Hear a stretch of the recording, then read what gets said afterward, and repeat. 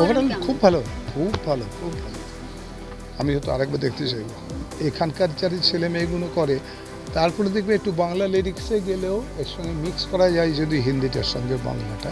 এখন তো ওরা করছে বম্বেতে প্রচুর, যে কোনো ওটিটিতে দেখা যাবে বাংলা কথা বলছে, অনেক কথাই বলে দিচ্ছে। তো গানের মধ্যে তো আগেও হয়েছে, বাপ্পি তো করেইছে, গানের শুরুতেই চিৎকার করে বলছে বাংলা ভাষায় বলে, তারপরে গান আরম্ভ করছে। এখন তো আছে সুপারহিট গান আছে, তো সেটা হয়তো এখানে একটু বাংলা ঢুকিয়ে দেওয়া যেতে পারে, যেটা সবার জন্য ভালো, সবার জন্য ভালো। এই গানটা গাওয়ার সময় আমি মনে মনে অনেক south Indian, basically south Indian যে সমস্ত আইটেম সংস আছে যেগুলো খুব ফেমাস, সেরকম কিছু কনসেপশন আমি ভেবেছিলাম। আর যারা কনিকা কাপুর টাইপসের যে সমস্ত সিঙ্গার্স আছে যারা আইটেম সং করে থাকেন এরকম টাইপের, তাদেরকে মাথায় নিয়ে আমার এই আইটেম সংটা গাওয়া।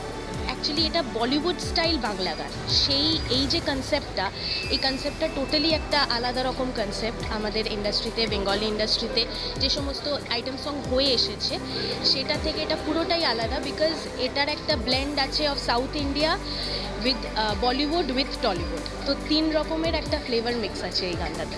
সো এখানে আমাদের না মেইন যে টার্গেটটা ছিল যে we wanted to catch the mass audience, এবং যেই কারণে এখানে যে শব্দ চয়নটা সেটা খুব বুঝে শুনে করতে হয়েছে। তো এখানে একটা ইনসিডেন্ট কাজ করলো যেটা খুব হেল্প করলো, কি আমাদের কাছে আউদের বিরিয়ানি এসেছিলো, so it was there on the table. তো আমাদের একটা খুব ক্যাচি ওয়ার্ড দরকার ছিল, যেই ওয়ার্ডটা শুনলেই মানুষের মনে হবে যে what is this, we haven't hard this before.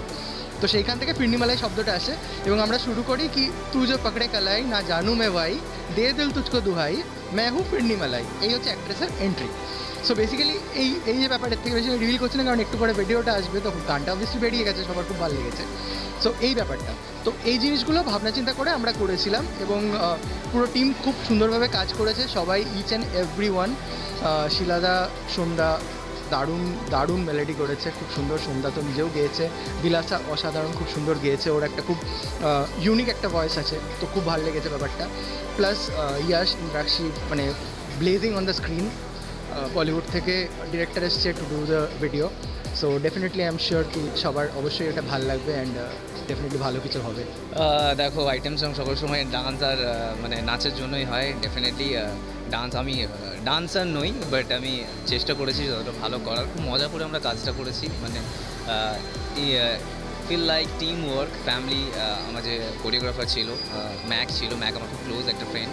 তো সেইভাবে আমরা বসে আগে কনসেপ্টটাকে রেডি করে দেন আমরা সেইভাবেই মন দিয়ে কাজটা করেছি। আমাদের টলিউড ডেফিনেটলি অনেক ভালো ভালো কাজ হচ্ছে, বাট আমি টলিউডের সঙ্গে এটা একদমই করবো না, কারণ ইটস এ হিন্দি প্রজেক্ট, আর আমাদের টলিউড মানে হিন্দি গান, তো সেই জায়গায় বলিউড লেভেলের কাজই আমরা করেছি। বাট টলিউডের থেকে আমরা যে বলিউডের মতো কাজ করতে পারি, এটা আমাদের কাছে ডেফিনেটলি আমাদের টলিউডের যে বড় বড় ডিরেক্টর প্রডিউসার যারা আছেন, যারা আমাদের আগে করেছেন, এখন যে কাজগুলো হচ্ছে, তো সেই তুলনায় ডেফিনেটলি আমরা সেরকম ভালো একটা মুম্বাই লেভেলের কাজ করতে পেরেছি, এটা আমার কাছে অনেক ভালো একটা ব্যাপার।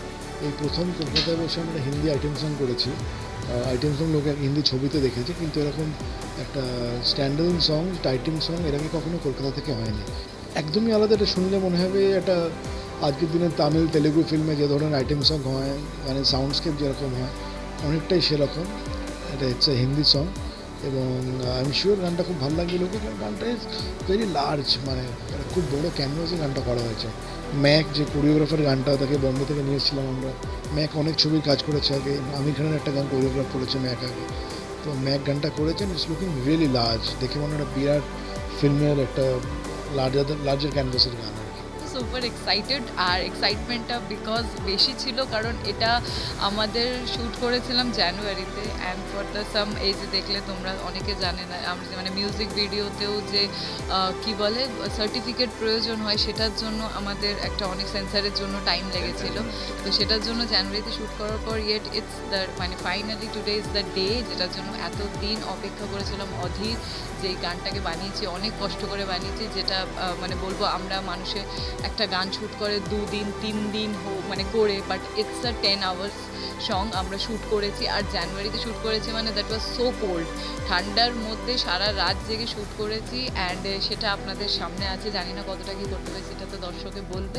I hope so.